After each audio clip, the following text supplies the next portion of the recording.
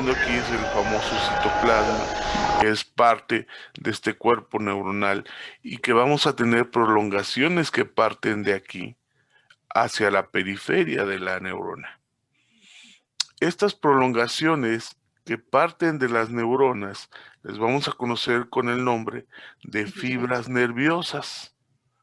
Fibras nerviosas, primer concepto, ¿no? Fibra nerviosa.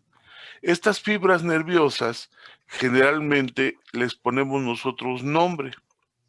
Entonces aquí están las fibras nerviosas. Y les llamamos, si son cortitas, les decimos dendritas. Pero puede ser que a una de ellas sea muy larga. Y entonces a esta prolongación, que es muy larga, le llamamos axón.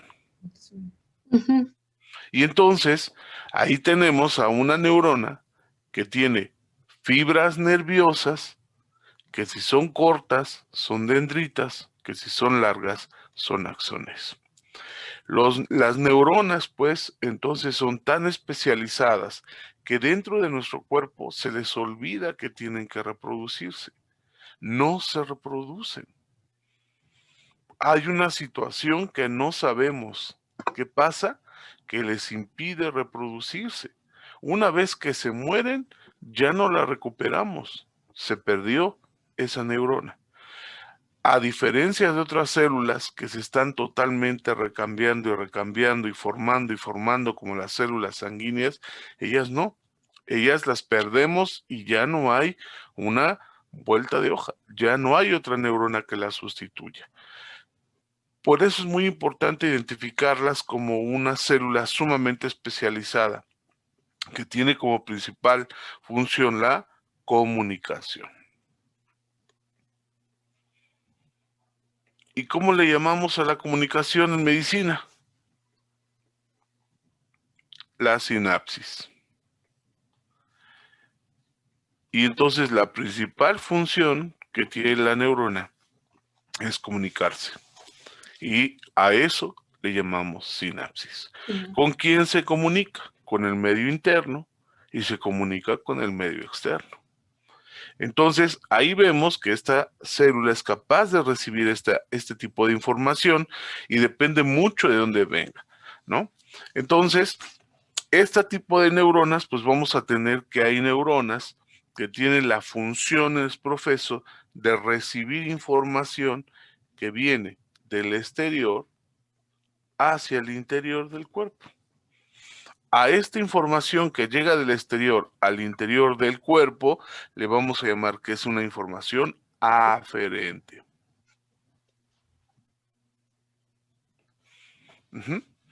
Entonces, ahí recibe información y a eso se le llama que es aferente. Ahora, ¿qué otro término podemos utilizar? Pues muchos utilizan el término de sensibilidad o sensitiva.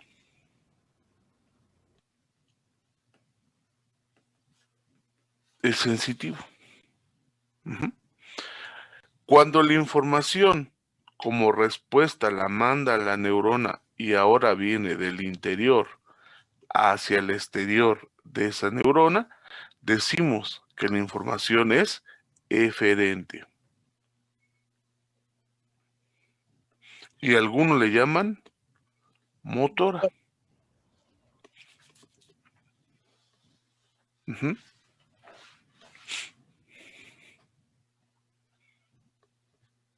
Y ahí tenemos nosotros, entonces, cómo esta neurona puede interactuar con su medio, tanto interno como el externo, porque es capaz de recibir y es capaz de mandar información.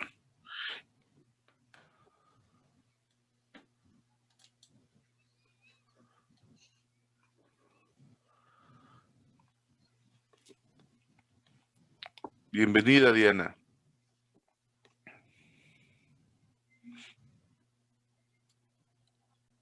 Entonces, esto es sumamente importante porque pues nos va a permitir esta interacción tanto corporal, ¿no? como con nuestro medio ambiente. Vuelvo a insistir, a lo mejor siempre dicen, es que el doctor siempre habla del medio ambiente y siempre habla de la parte interna del cuerpo, y porque eso es lo que hacemos todo el tiempo. Estamos interactuando en el interior de nosotros y nosotros con el exterior, que es nuestro medio ambiente, que es todo lo que nos rodea. Esta neurona, entonces, va a servir para comunicarnos con nuestro medio ambiente. Y vamos a ver qué pasa con estas neuronas. ¿Por qué? Porque cuando yo hablo de una neurona, esta neurona puede juntarse con otro grupo de neuronas o con un conjunto de neuronas y las vamos a agrupar. Las agrupamos y entonces vamos a decir, bueno, ¿por qué están agrupados estas neuronas? Porque estas neuronas van a tener una función determinada o específica. Esto es tan importante porque a pesar de que estén rodeadas de muchas neuronas, en especial ese grupo va a tener una función específica que no va a tener ninguna otra neurona. Y a estas neuronas que se juntaron para tener una función específica, vamos a decirles que se llaman núcleos. Van a formar un núcleo. ¿Qué es un núcleo? Es un conjunto de somas neuronales o de cuerpos neuronales, pero ojo, que están en el sistema nervioso central. Entonces, un núcleo, que es un conjunto de somas neurales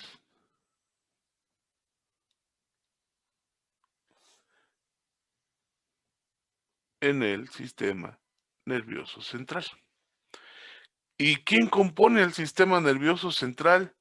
Ah, pues si nos recordamos a nuestro sistema nervioso central, estaría formado por el cerebro, estaría formado por el diencéfalo, aquí vas a poner cerebro, el diencéfalo, por el cerebelo, por el tronco encefálico y por la médula espinal.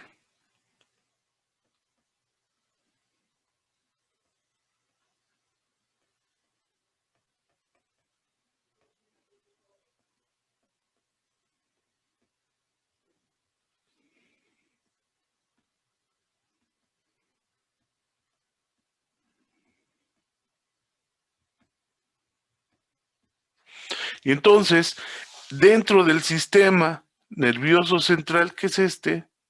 Sistema nervioso central. Cuando tenemos un conjunto de cuerpos neuronales que está especializado en alguna función en específico, le vamos a llamar núcleo. ¿Sí? Ahora, ¿qué pasa si esto no está en el sistema nervioso central? Tenemos lo mismo, pero ahora está afuera del sistema nervioso central y entonces a eso le vamos a llamar ganglio. ¿Qué es un ganglio? Un conjunto de cuerpos neuronales, pero que se localiza en el sistema nervioso periférico.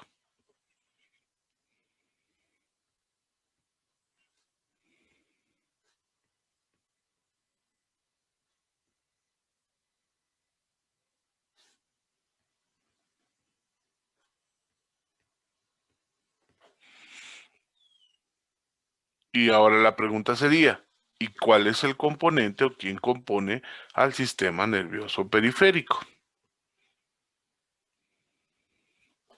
Lo componen los nervios y los ganglios.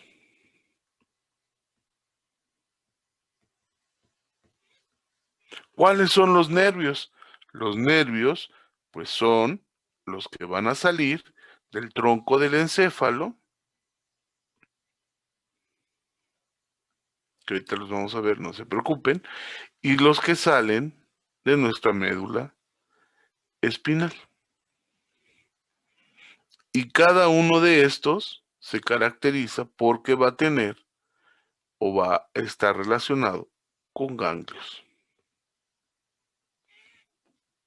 Y los ganglios se definen como pequeños nudos que se localizan en nuestro sistema.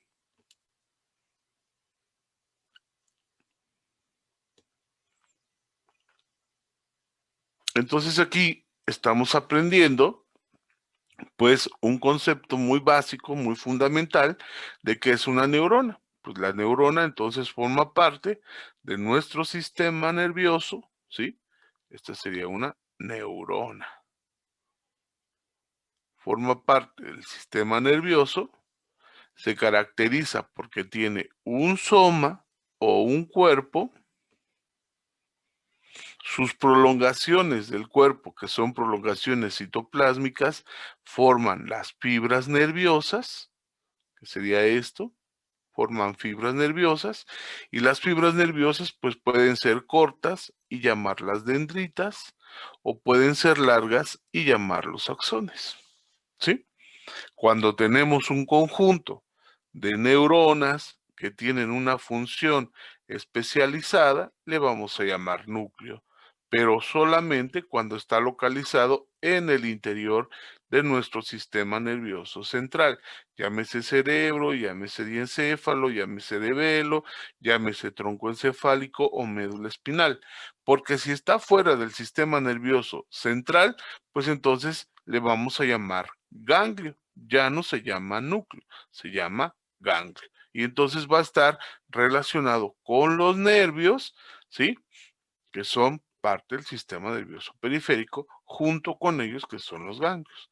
Eso quiere decir entonces que cuando tenemos información que llega del exterior al interior, le llamamos que tiene una función aferente o sensitiva.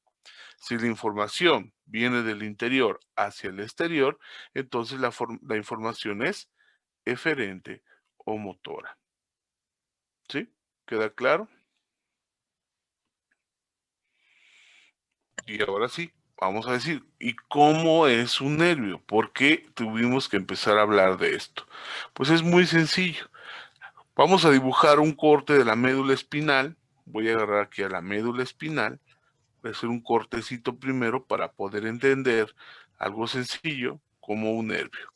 Si yo dibujo un ovalito así, que sería la médula espinal, y luego le dibujo en medio lo que sería la famosa sustancia gris, que tiene forma de alas de mariposa, como lo describen los famosos libros. Ahí está, tiene un conducto central, tiene sus cuernos que son anteriores y sus cuernos que son posteriores. Entonces aquí le voy a poner. Este es un cuerno anterior, este es un cuerno posterior. ¿De qué están hechos los cuernos? De sustancia gris. Vamos a ponerle que es sustancia gris. ¿Y qué es la sustancia gris?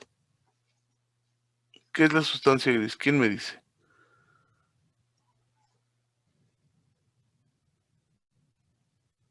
No, ¿No serían más bien los cuerpos de las neuronas? así es. Fíjense bien. Los cuerpos neuronales los vamos a ubicar aquí en los cuernos. Están formados por esto que son las neuronas. ¿Por qué se ven grises? ¿O por qué llamamos que es sustancia gris? Porque no están cubiertas de mielina. Entonces, las neuronas que viven aquí son los cuerpos. Y entonces, estos cuerpos neuronales viven en los cuernos posteriores y en los cuernos anteriores. Ahí está. Y entonces forman la sustancia gris. Vemos que aquí en la médula espinal están ubicados en el cuerno anterior y el cuerno posterior. Y ustedes van a decir, bueno, ¿y esto cuál es la importancia? Pues es muy sencillo, fíjese bien. Vamos a tener nosotros una parte de piel, una franja de piel, la voy a dibujar aquí. Ahí está la franja de piel. Y esta franja de piel tiene mucha sensibilidad, pero tiene receptores que son específicos para los diferentes estímulos que puedan llegar del exterior hacia el interior. Entonces están los receptores, esperando que llegue el estímulo. Si llega un estímulo del exterior hacia el interior, ahí está el estímulo, y el estímulo va a llegar a nuestra piel, ¿sí? Este estímulo puede ser tacto, puede ser temperatura, que puede ser calor, frío, ajá. Tengo ahí temperatura, puede ser tacto, que puede ser fino o que puede ser grueso, y puede ser también dolor, ¿no? Dolor. Entonces, estos son estímulos que pueden llegar a lo que llamamos la sensibilidad general, tacto, dolor y temperatura. A esto, vuelvo a repetir, se le llama sensibilidad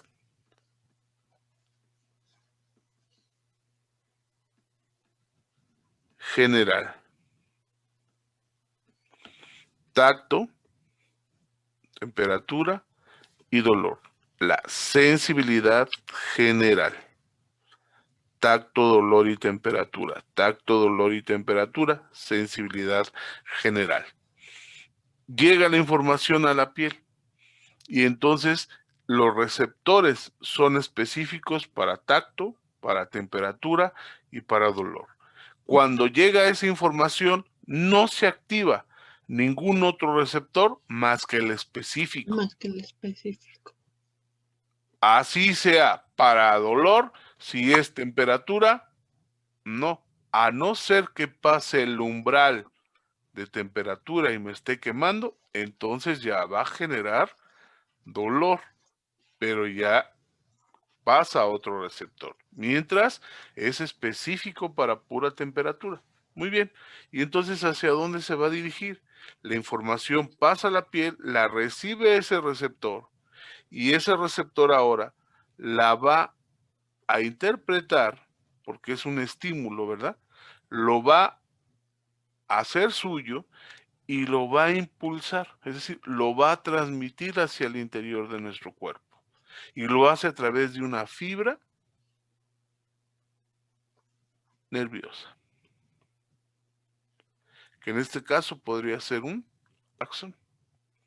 Y entonces se va hacia la parte del sistema nervioso, pero esta fibra se dirige hacia la médula espinal al cuerno posterior.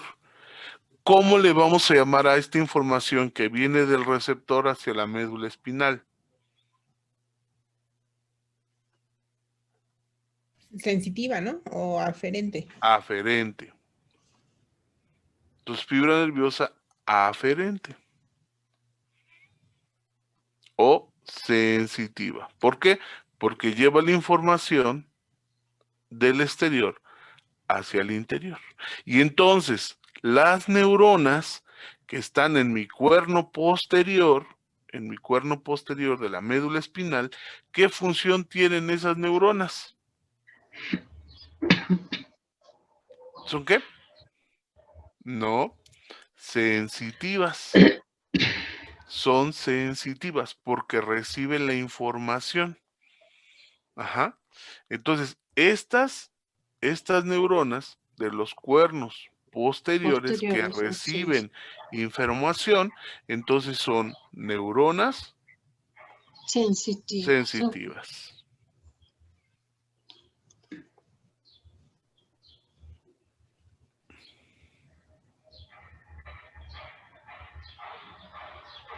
¿Sí? Son sensitivas. Ahí está. Son neuronas sensitivas, ¿por qué? Porque reciben la información ¿no? Entonces, ¿dónde están? ¿Dónde viven? En el cuerno posterior. ¿Por qué son sensitivas, doctor? Porque la información llegó del exterior hacia el interior y tuvo que pasar a la médula espinal. ¿A cualquier neurona? No, llegó a la neurona sensitiva. Ojo, dentro de esto hay núcleos especializados que no los vamos a ver ahorita, porque sería mucho, especializados en recibir la información para el dolor, para el tacto, para la temperatura, para la vibración, y entonces están localizados en estos cuernos. Por eso digo, es muy específica, son muy selectivas, por eso son tan especializadas. A mí no me vengas con que eres de temperatura y no quieres trabajar, porque yo soy de dolor y yo no voy a tomar tu información. Te toca a ti. Y entonces la neurona sensitiva que está encargada de la temperatura va a recibir toda la información relacionada con temperatura. Nadie más va a recibir su información y nadie más la va a conducir. Oye, pues es que me siento mal, no puedo recibir información, pues entonces el cuerpo no va a sentir temperatura. Sí. Pero tú puedes echarme la mano, pues también estás aquí conmigo en el cuerno posterior, pero vuelvo a insistir, yo soy de dolor. A ver, si le duele el cuerpo y yo estoy trabajando, el paciente va a sentir dolor. Aunque le pongan temperatura, le ponen frío o calor, tú no lo recibes, el paciente no va a recibir temperatura. Así de fácil. Pues, ¿y qué vamos a hacer? Pues pasa la queja con la ventanilla correspondiente, porque no hay sensibilidad para temperatura. ¿Sí está claro? Por Sí. eso es que nosotros tenemos que identificar estos receptores específicos, porque van a transmitir impulsos hacia los cuerpos neuronales que son específicos para ese tipo de impulso que está recibiendo. A esa información le llamamos que es aferente, Sí. ¿sí? O sensitiva. Entonces, vamos a ver qué pasa. Esto es así como muy simple, pero lo vamos a ir complicando poco a poco para que lo vayan entendiendo mejor. Si la información llegó del exterior hacia el interior y tomó su receptor y viajó con esta fibra nerviosa hasta la médula espinal, en ese transcurso aparece un pequeño ganglio que se llama ganglio del nervio espinal y que está en algo que ahorita les voy a enseñar que se llama raíz posterior. Entonces, ¿este ganglio qué es? ¿Qué dijimos que era un ganglio? Un grupo de neuronas. Exactamente, un Cuerpos de conjunto de neuronas. cuerpos neuronales o de somas neuronales. Y aquí están estas neuronas. ¿Y qué pasó? Pues la información pasó por aquí porque estas neuronas son las neuronas de primer orden o de primer contacto. Y entonces son las que van a clasificar la información, decir, ¿dónde vas? No, pues voy a la médula espinal. ¿Y qué traes? Pues traigo sensibilidad, mano. ¿Crees que me quiere recibir la médula espinal? A ver, déjame checar que sí sea información para nosotros. Sí, sí. Por favor, toca la puerta, ahí, pásate en este pasillo, ahí están los diferentes niveles y ahí presionas el botón para que te reciban, ¿no? Este funciona como el portero del edificio. Y entonces, este ganglio que está aquí, se llama ganglio de la raíz. Hoy te lo voy a poner ahí, raíz posterior, y yo te les explico por qué se llama raíz posterior. Y entonces, este ganglio recibe esa información, pasa y la lleva a la neurona que está en la médula espinal. Y entonces, cuando ya llega la información acá, dice, tocan el segundo piso. Buenas tardes, traigo información de dolor. Ah, entonces usted quiere hablar con la sustancia gelatinosa. Pues ese es dolor, no sé aquí con quién me toque. Sí, porque la sustancia gelatinosa es el departamento de dolor y está aquí en el segundo piso, ¿no? A ver, déjese la comunico. Hola, hola, sustancia gelatinosa, sí, yo soy la sustancia gelatinosa, ¿qué desea? Pues, ¿qué crees que nos acaban de picar con una aguja y traigo dolor?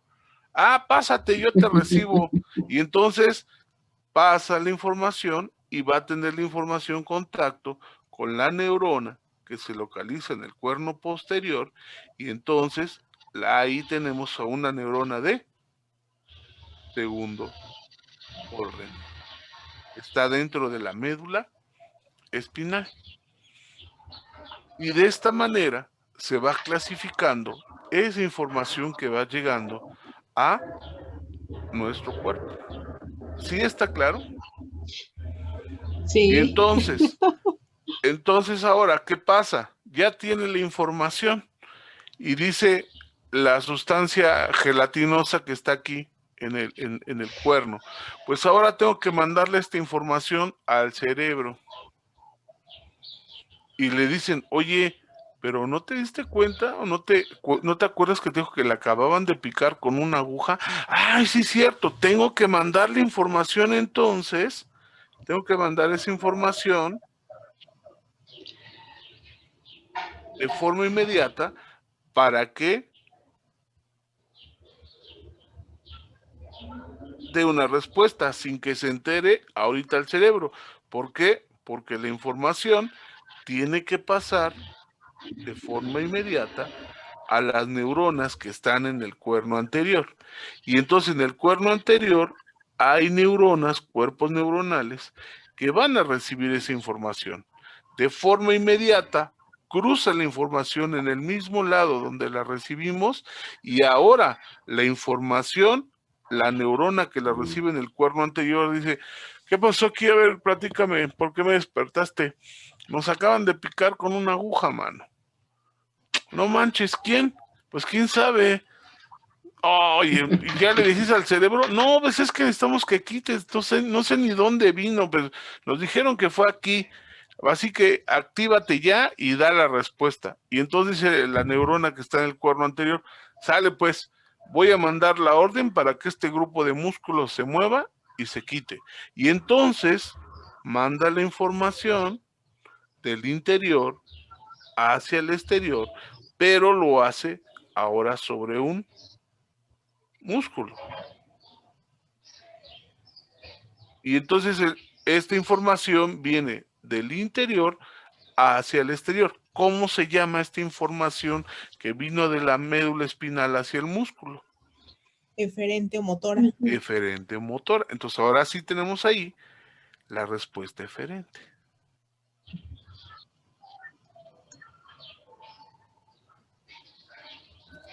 Y vemos que el cuerno anterior, pues ahora son neuronas.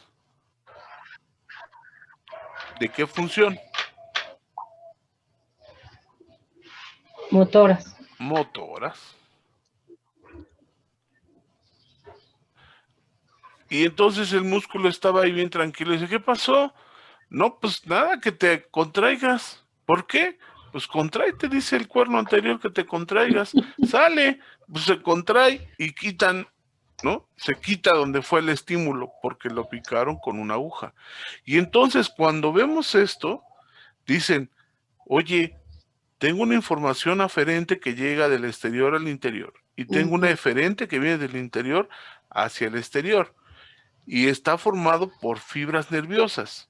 Una entra y otra sale, y salieron de la médula espinal. Las del cuerno posterior son sensitivas, que recibieron esa información, la mandaron de forma inmediata en el mismo segmento de la médula espinal para que en el cuerno anterior, o en la sustancia gris, que es el cuerno anterior donde están las neuronas motoras, mandaran una respuesta de forma inmediata y se activara un músculo. ¿Cómo se llamó a todo esto? A todo esto se le llamó un arco reflejo. Ay, qué padre, entonces así es un arco reflejo. Sí, son inmediatos. ¿Por qué? Porque son para la defensa, para la huida y para la supervivencia. Ay, qué padre. Oye, ¿y cómo se llamó toda la obra? Dirían los chavos. ¿Y cómo se llamó la obra? Pues la obra se llamó un nervio espinal. ¿Por qué se llamó un nervio espinal? Porque el nervio espinal que estamos viendo aquí, que estoy poniendo con amarillito, está o lleva fibras aferentes y lleva fibras eferentes. Y entonces, ¿cómo se forma un nervio espinal? ¿Quién me dice? Au. A ver, nervio craneal, nervio espinal. ¿Cómo se formó ese nervio espinal?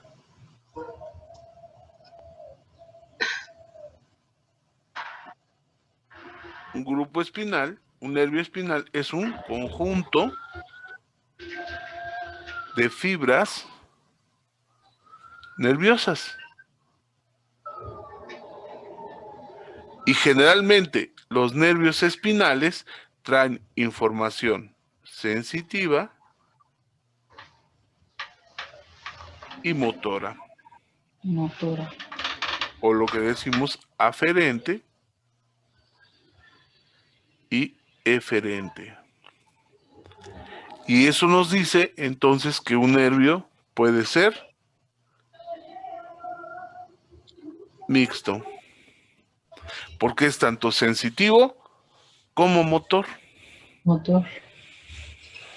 Ay, pero ¿por qué? A ver, otra vez, doctor, a mí no me queda claro ahí su dibujo porque ya me perdí. Entonces, un nervio espinal, ¿qué es? Un conjunto de fibras nerviosas. ¿De dónde vienen las fibras nerviosas? De los cuerpos neuronales. Entonces, ¿y los cuerpos neuronales qué función tienen? Ah, pues si están en el cuerno posterior, son sensitivos. Si están en el cuerno anterior, entonces son motores. Si juntamos esas fibras, entonces un nervio lleva fibras tanto sensitivas como motoras. Por eso es que el nervio es mixto. Es como un cable de luz. Lleva una corriente positiva y lleva una corriente negativa. En el sistema nervioso, un nervio lleva información aferente y o motora. ¿Sí? ¿Está claro? Y esta información se integró a nivel de la médula espinal. Y así en todos los niveles se va integrando información, tanto sensitiva como motora. Y depende mucho del área de la piel que estimulamos para que sea la parte del sistema nervioso que nos dé la respuesta y que reciba ese estímulo del cual estamos hablando. Pero eso no queda aquí, porque eso fue una respuesta que fue inmediata. Ahí vemos cómo se forma nuestro famoso arco reflejo. Imaginemos que la información no tiene que ser inmediata, tiene que llegar hasta la corteza cerebral, desde médula espinal hasta la corteza. Y entonces, ¿qué hace la neurona? Oye, traigo información, ¿sí? Dime, pues traigo información de dolor. Sí, pásate. Llega al ganglio de la raíz posterior, del ganglio de la raíz posterior pasa al cuerno posterior, pero ahora no pasa a la neurona que es motora. Y entonces dice, ¿y entonces hacia dónde voy a mandar la información? Tiene que llegar a la corteza cerebral. ¿Y cómo le hago? Pues aquí está tu boletito del metro, papá. Vas a subirte en una vía. ¿Qué vía? La vía del tacto, del dolor y de la temperatura. Ah, ¿y cómo se llama esa vía entonces? Es la vía espinotalámica. Ah, ya. Esa es la vía donde toda la información relacionada con el tacto, el dolor y la temperatura utilizamos para llegar hasta allá arriba. Entonces, sí. Ah, ok. ¿Y cómo llego? Muy fácil. Tienes que cruzarte porque esa vía sale del otro lado de la médula espinal de donde está recibiendo tu estímulo. Y entonces, dice la información, me tengo que cruzar, ¿sí?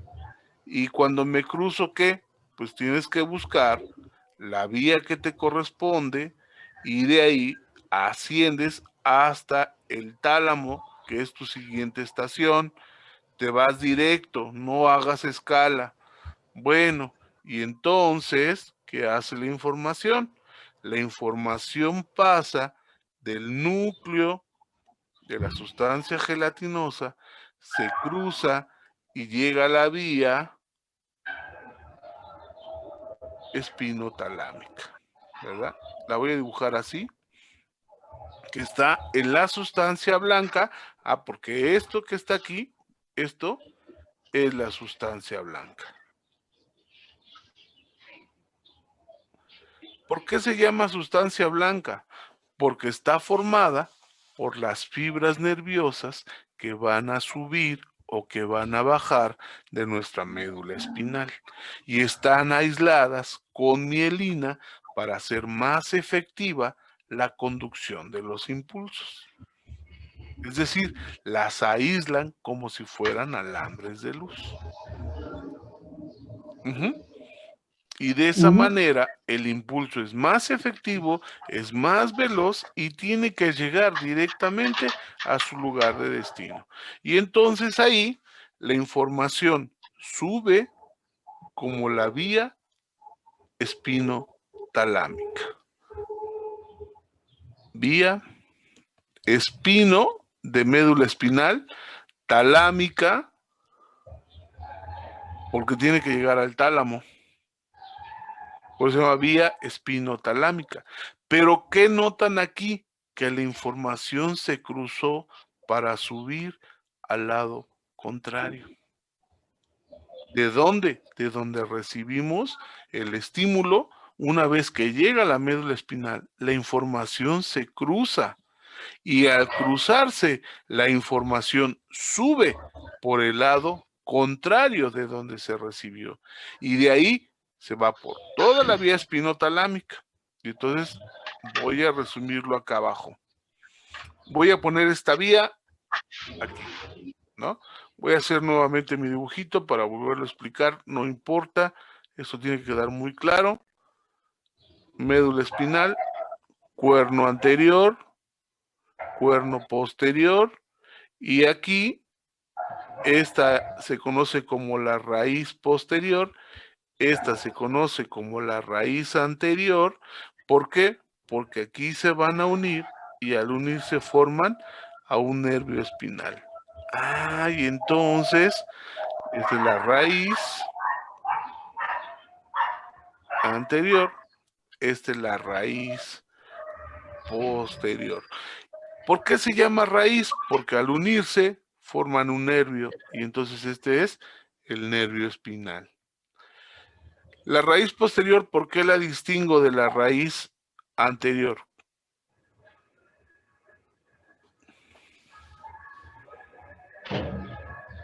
Que notan que no tiene la raíz anterior y que sí tiene la raíz posterior. Como una comunicación directa, por decirlo así. No, porque tiene al ganglio. Ganglio de la raíz posterior, ¿se acuerdan? Que es la neurona de primer orden o es la neurona de primer contacto. ¿Y la neurona de segundo contacto dónde estaba? En el cuerno posterior, ¿verdad? Entonces esto era la neurona de segundo orden o de segundo contacto. Y entonces, fíjense bien, ahí tenemos a esta estructura. Vamos a hacer nuevamente el viaje. Entonces tenemos el corte de piel aquí, tenemos al receptor, llega el estímulo, estimula la piel, lo recibe el receptor, ese lo transforma en un impulso y lo conduce por el nervio espinal, llega a la raíz posterior, pasa por el ganglio, es supervisado por la neurona de primer orden y luego de aquí se dirige hacia el cuerno posterior, donde es supervisado ahora y recibido por la neurona de segundo orden, que es el núcleo que le corresponde, ¿no? ¿Y qué hace la información ahora? La información se cruza y sube por su vía correspondiente. Aquí le dijimos la vía espinotalámica. Vía espinotalámica. Y entonces, ¿qué hace la información de la vía espinotalámica? Pues como su nombre lo indica, la sube porque es aferente o sensitiva, ¿no? Sensitiva o aferente. sube del lado contrario de donde se está recibiendo esa información. Pero van a decir ustedes, ¿y hacia dónde la sube ahora? Ah, pues aquí vamos a poner a el tronco encefálico, porque después de la médula espinal sigue el tronco encefálico. Y entonces estaría la médula oblonga,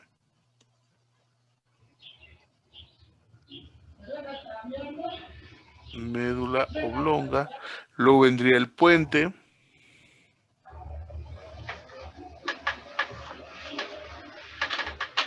luego viene el mesencéfalo,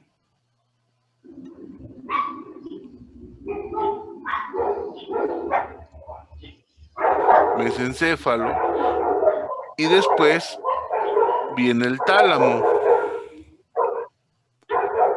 Le voy a poner la T de tálamo. Y entonces, ¿qué hace la vía? Ah, pues la vía sube del lado contrario. Llega, sube por médula oblonga, sube por el puente, sube por mesencéfalo y llega al tálamo. Cuando llega al tálamo, dice el tálamo, ¿dónde vas?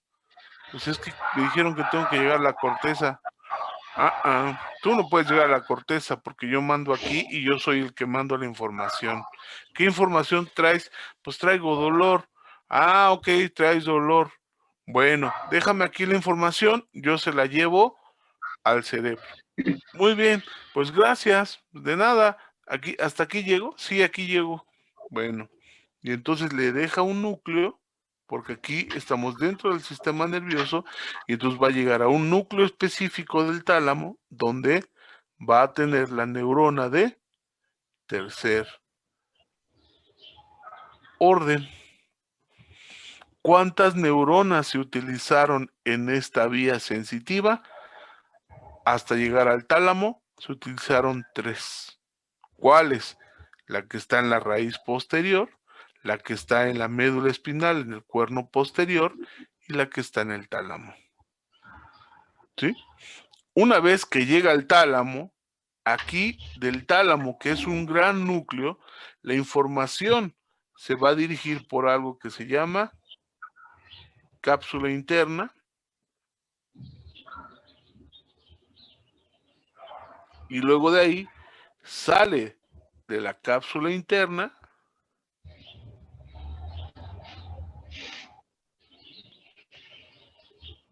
y se dirige por algo muy hermoso que se llama corona radiada.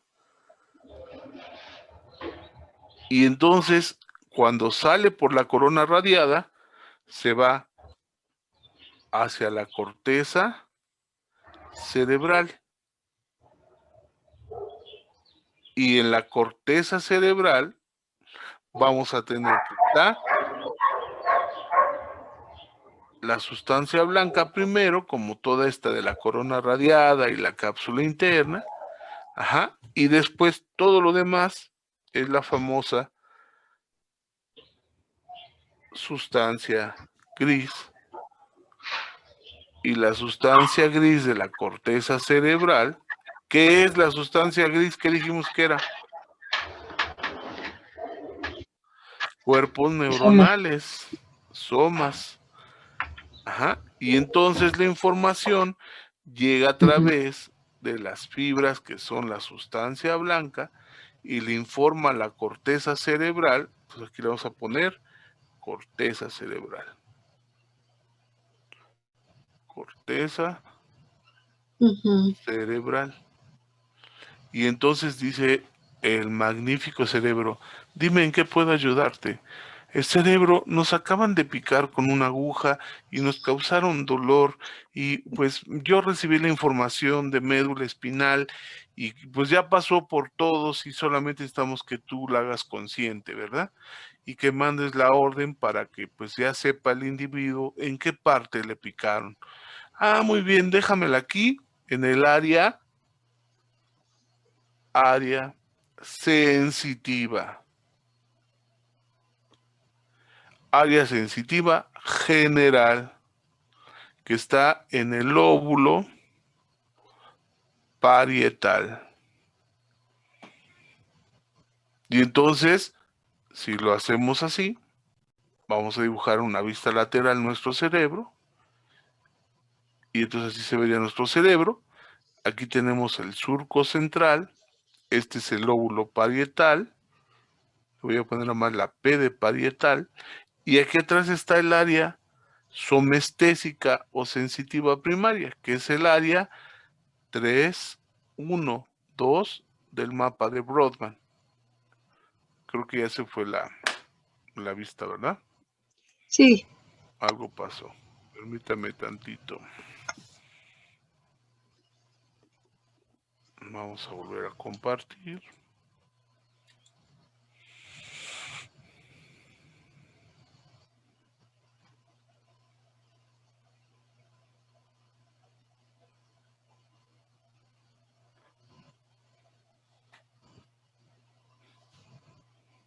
Ya estamos otra vez. Sí. Ok, entonces llega a las áreas 3, 1, 2 del mapa de Brodmann, que es el área somestésica o sensitiva primaria, y entonces lo que hace aquí la corteza cerebral es que va a detectar qué parte de nuestro cuerpo está recibiendo esa información.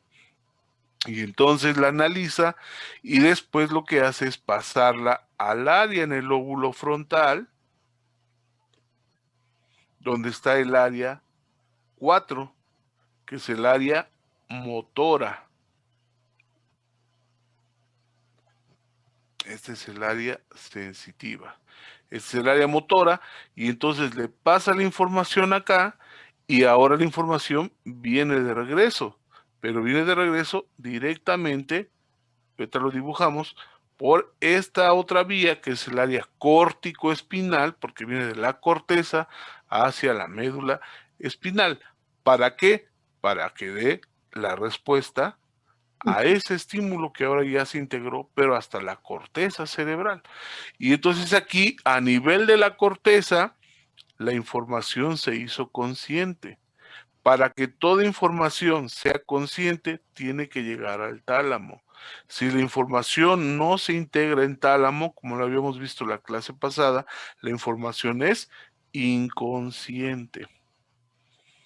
Por eso es importante que sepan que cuando se integra la información debajo del tálamo, son reflejos, porque son inconscientes.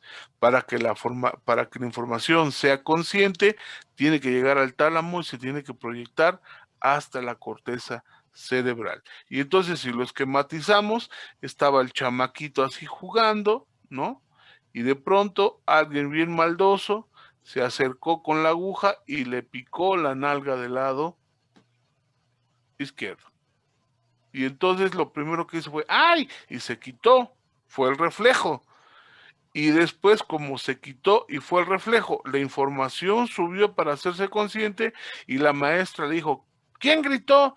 Yo, maestra. ¿Qué te pasó? ¿Por qué gritas? ¿Estás loco? No, es que me picaron con una aguja la nalga. Ay, pues sóbate y no grites. Y entonces, ay, ¿cómo supo que era la nalga? ¿Cómo supo cuál nalga era? ¿Y por qué supo que era esa región de la nalga? Porque el estímulo se hizo consciente. Y en automático lleva su manita y entonces la pone en esa zona y se soba. Pero porque la información ya fue consciente. ¿Qué pasó? ¿Cómo vino de regreso esa información?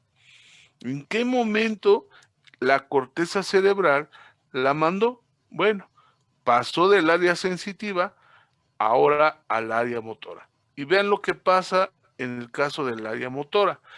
Pasa de un área sensitiva a otra área que es la motora y ahora la información regresa. ¿Regresa por el mismo lado? Sí. Y ahí tenemos a la neurona de primer orden. ¿Cuál es la neurona de primer orden? La de la corteza cerebral, que es una neurona motora, que está en corteza cerebral. Y entonces, viene de la corteza cerebral información, desciende, no toca el tálamo, pasa por mesencéfalo, puente y a la médula oblonga. Cuando llega a la médula oblonga, vuelvo a repetir, corteza del mismo lado donde llegó. De ahí baja pasa por tálamo sin tener contacto con tálamo, mesencéfalo, puente y médula oblonga. Y aquí en la médula oblonga, ¿qué hace la información? Se cruza. Y a esto es lo que conocemos como la decusación piramidal o el cruce motor. El cruce de la vía motora. Entonces se le llama decusación piramidal o el cruce de la vía motora.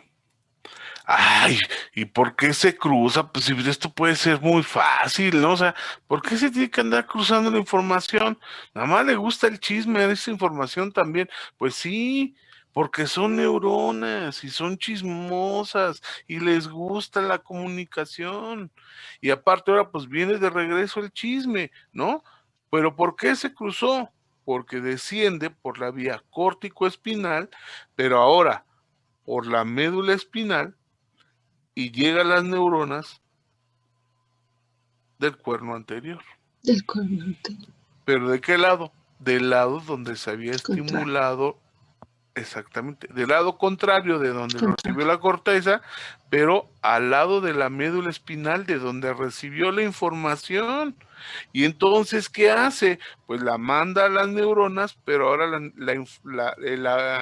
el orden o el mandato viene desde la corteza cerebral y le dice a la neurona motora, pues manda la información por la raíz anterior, por el nervio y ve hacia el músculo para que este muchacho se sobe y quite la nalga.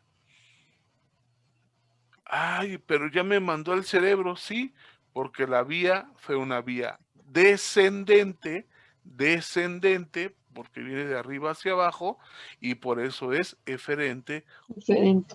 motora. Doctor, pero entonces, ¿eso qué quiere decir? Eso quiere decir que tu hemisferio cerebral del lado izquierdo controla tu lado derecho del cuerpo y tu hemisferio cerebral del lado derecho controla tu mitad del lado izquierdo del cuerpo. Ah, y por eso se cruzó la información. Sí, se cruza para que llegue al mismo lugar de donde está recibiendo el estímulo. ¿Cómo se llama esa vía? Se llama vía córtico-espinal.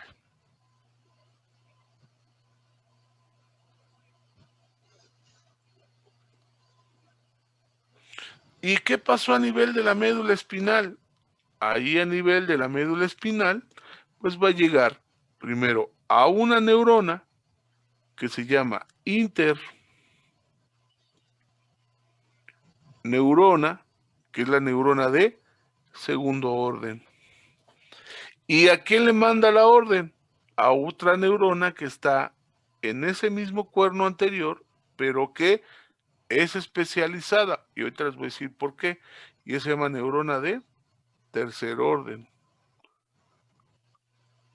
Porque aquí vamos a tener actividad sobre un músculo que sea flexor, sobre un músculo que sea extensor o sobre un músculo que sea abductor o aductor que tiene que funcionar.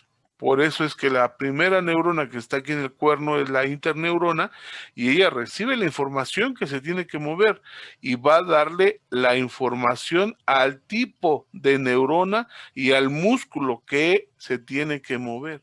Por eso la información también eferente es específica y especializada.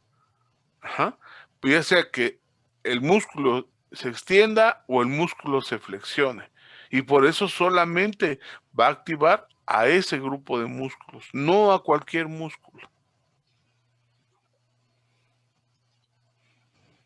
¿Sí quedó claro? Sí, doctor. ¿Sí, Karen? ¿Segura? Diana, ¿cómo te pareció? ¿Sí te quedó claro?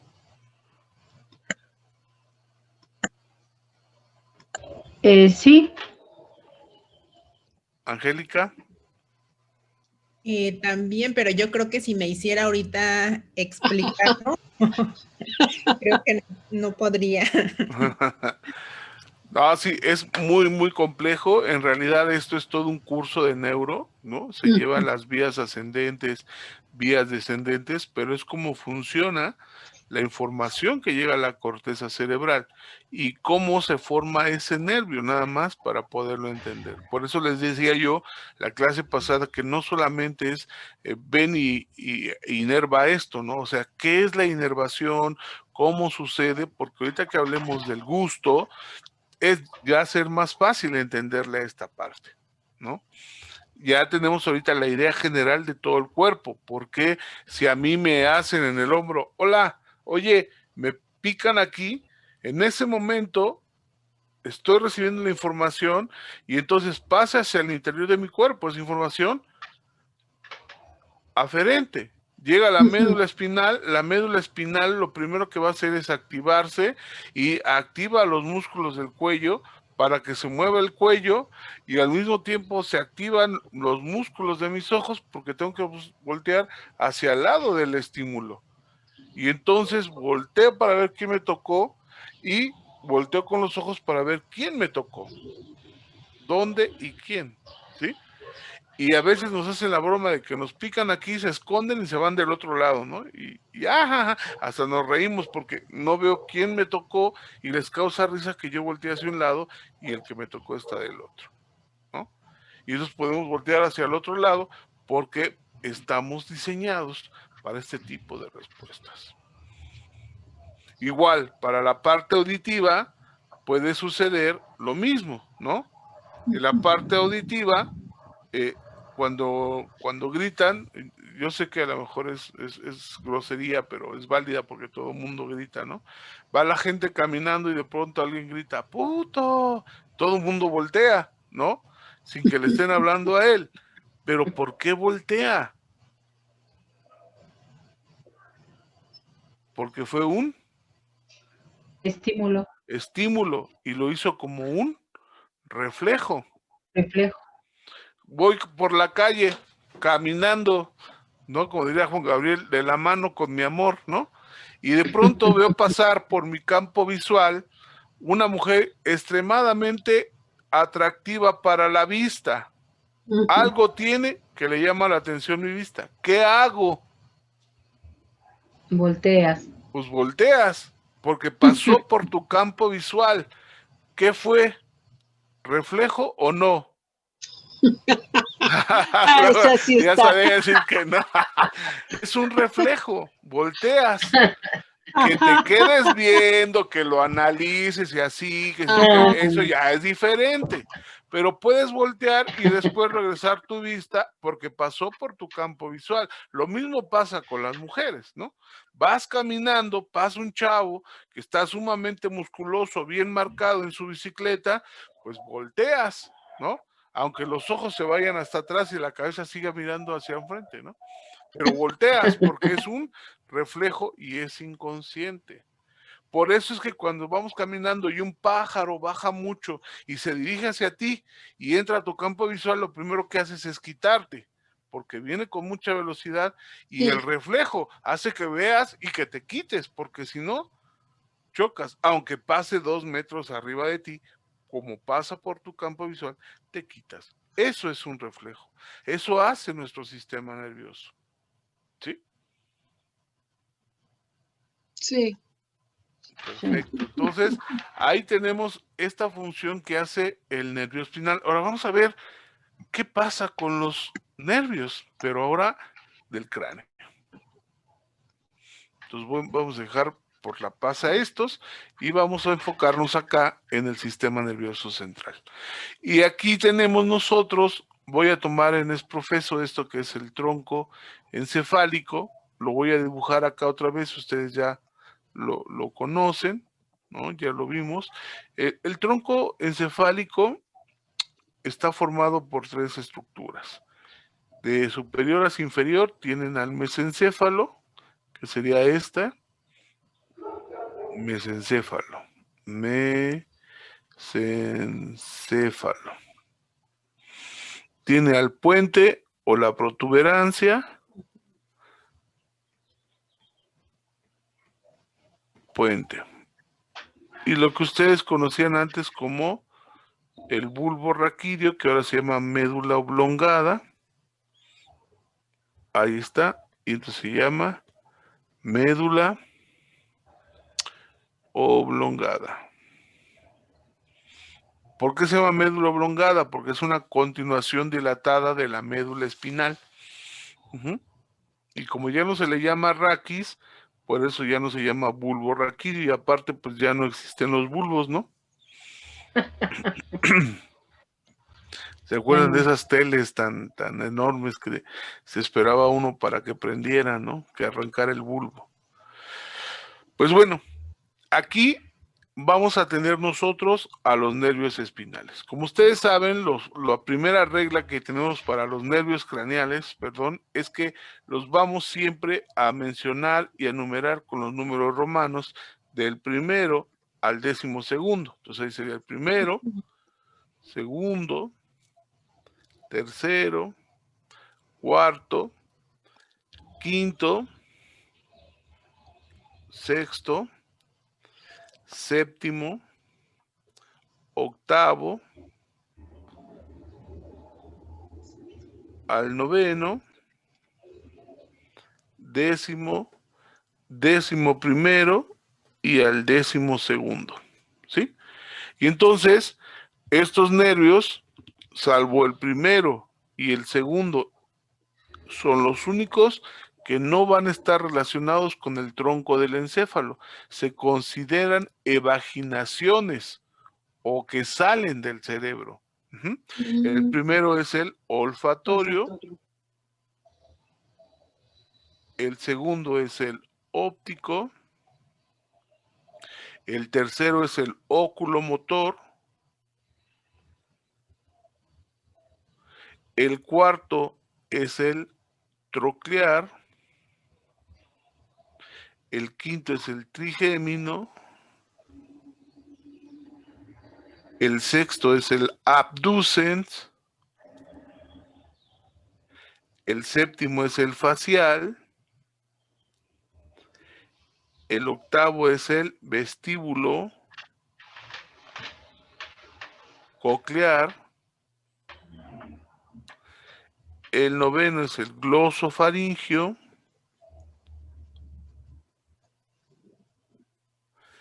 el décimo es el vago, el 11º es el accesorio y el 12º es el hipogloso. Y entonces ahí tenemos a los 12 nervios craneales. Ya no se les llama pares craneales, sabemos que están en pares, pero el nombre correcto son nervios craneales. Nervios faciales, sí. Nervios craneales. Nervios craneales.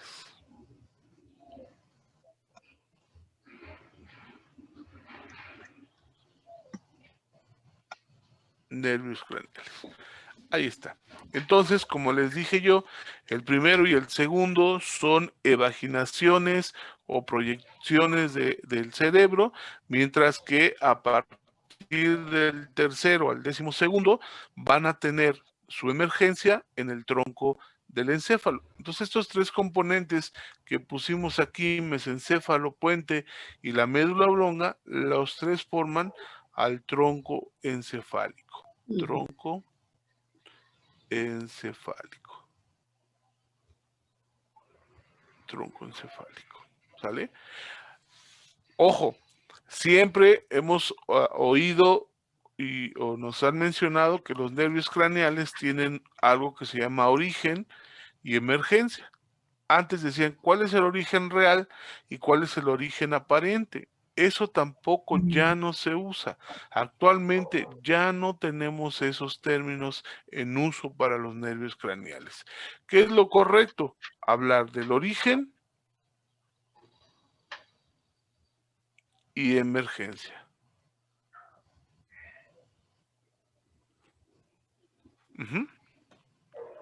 ¿A qué nos referimos lo más sencillo es hablar de la emergencia. ¿Por qué? Porque cuando vemos la cara anterior del tronco encefálico, los nervios van a surgir así, mire. Vamos a tomar a mesencéfalo y el primero es el óculo motor. Va a emerger de aquí. Salió, emergió del mesencéfalo. Tiene ahí su emergencia. Ajá. Y luego en la parte posterior emerge el siguiente nervio craneal, que es el cuarto.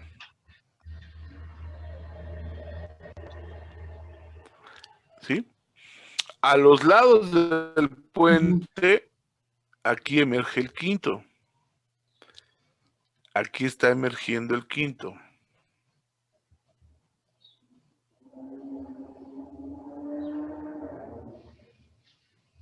Uh-huh. Entre el puente y la médula oblonga, lo que son las pirámides, aquí emerge el sexto. En la parte inferior y lateral del puente, aquí emerge el séptimo y lateral a él emerge el octavo. Uh-huh. En la médula oblonga, ¿quién emerge? En la parte posterior o posterolateral emerge el noveno, emerge en la parte inferior a él el décimo y en la parte inferior al décimo emerge el 11º. Y en la parte anterior, entre la oliva y la pirámide, emerge el 12º.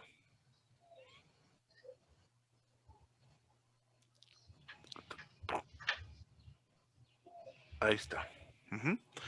Este es el 12º. Entonces aquí estaría el 12º, aquí estaría el noveno, décimo, 11º. Aquí estaría el octavo y aquí estaría el séptimo. Entonces este sería el octavo, este sería el séptimo, este sería el noveno, décimo, 11º y 12º. ¿Sí? Esa es la emergencia. Están exactamente en la superficie del tronco encefálico. Son como esos pelitos que salen. A eso es la emergencia. ¿Por qué nos podemos confundir o por qué se confundían los chavos cuando hablamos del origen real y el origen aparente? Porque utilizamos el término de origen dos veces. O sea, ¿qué le llamas origen real y a qué le llamas origen aparente? ¿Por qué es aparente? Ah, pues porque aparentemente se ve que ahí salió, pero no, porque su origen es en otro lado. A ver, entonces ya me perdí. ¿Es su origen o no es su origen? No, o sea, aparentemente se originó ahí. Pero No, Pero no. pero no, se originó en otro lado. Entonces quedaban así, bueno, no entendí, pero órale, pues, te la paso. Por eso se utilizó el término de emergencia. emergente. Ahora, ¿qué vamos a hacer? Vamos a hacer un cortecillo de así sagital, cortamos a la mitad al tronco para verlo en su interior, y entonces lo voy a dibujar aquí. Mesencéfalo. Ahí está el mesencéfalo. La parte posterior con los colículos. Y luego el puente.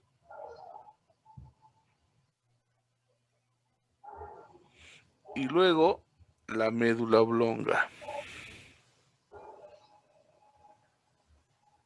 Ahí está. Y entonces, ¿qué vamos a hacer? Como lo cortamos, entonces aquí estaría así. Mesencéfalo, puente y médula oblonga. Está cortado. Y aquí la parte posterior, igual. La cortamos. Ahí está. Está cortado. Aquí en el interior hay un núcleo. Vamos a ponerlo así. Tiene forma como si fuera un chicle. ¿Por qué era un núcleo?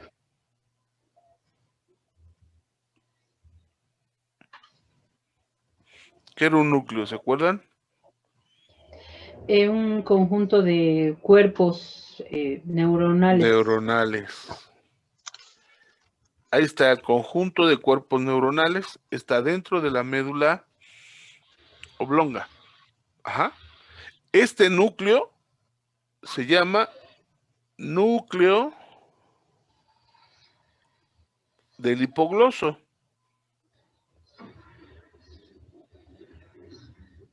¿Por qué se llama núcleo del hipogloso?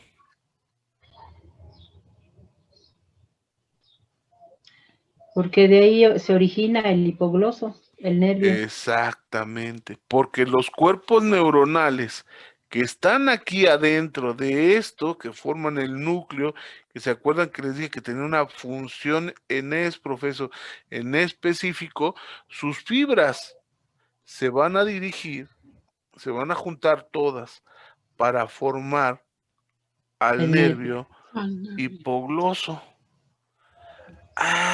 Y entonces los núcleos del nervio están en el interior del tronco encefálico.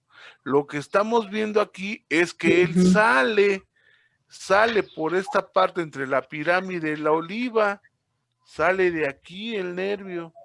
Pero si lo cortamos, lo que estamos viendo es que en el interior de la médula oblonga están las neuronas que están contribuyendo con sus axones para que se forme ese nervio.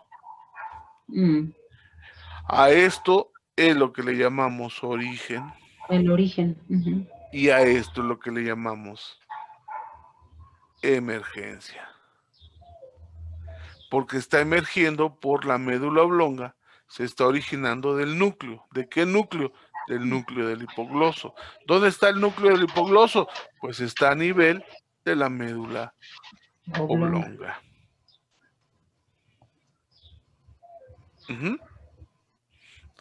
Qué bueno. Ya lo entendí entonces. Quiere decir que dentro del tronco encefálico están los cuerpos neuronales acomodados de tal manera que forman núcleos y que sus fibras, que son esas prolongaciones, salen del puente como salir por una puerta, ¿no? Atraviesan esa puerta y entonces esas fibras se convierten en un nervio craneal. Y entonces vamos a decir, ok, ¿qué función tienen ahora los nervios craneales? Nos regresamos para nuestra lista. Y entonces vemos aquí en la lista el olfatorio. ¿Qué función tiene el nervio olfatorio? Sensitiva. Es sensitivo. Sensitivo. El olfatorio es sensitivo. El óptico, ¿qué función tiene? También es sensitivo, ¿verdad? También sensitivo. Pero la pregunta es, ¿qué tipo de sensibilidad tiene? ¿General o específica? Específica. Específica. Le llaman ahora la sensibilidad especial. Son sensitivos especiales. ¿Por qué son especiales? Pues, ¿qué tienen de especial estos? Porque son o forman parte de los 5 sentidos. ¿Cuáles son los 5 sentidos, chavos? El olfato, tacto, gusto. Vista. Vista. Y el oído. Y estos son 5. Pero tacto, como está en todo el cuerpo, ya no lo tomamos como sensitivo especial, sino es sensitivo general, lo acabamos de ver, ¿no? Entonces podemos decir que los nervios pueden ser sensitivos generales o pueden ser sensitivos especiales. ¿Cuándo utilizamos el término de sensitivo especial? Para el olfato, la vista, el gusto y el oído. Son sensitivos especiales. Perfecto, entonces ya entendí. Solamente a los 5 sentidos menos el tacto son sentidos especiales. ¿Por qué? Porque el otro, el tacto, es un sentido General. general. ¿Qué recoge? Tacto, dolor dolor, y temperatura. presión. Presión, vibración, todas estas variantes. ¿Sí? ¿Hasta ahorita está claro? Sí. Entonces, Oiga, el primero es sensitivo especial. El segundo, sensitivo especial. El tercero, que es el óculo motor. ¿Qué es? Ah, pues su nombre lo indica, es motor. Ujú. Motor, Ah, es motor. No es sensitivo. No, no es sensitivo. Oye, pero este nervio craneal también lleva un componente para la contracción de la pupila, ¿no? Ah, ¿y eso es especial o no? Bueno, también es actividad motora, pero no tiene que ver con la actividad motora general de mover solamente un músculo, porque el músculo que mueve no es músculo estriado, es músculo liso. Y además de ser músculo liso, es un músculo del sistema autónomo.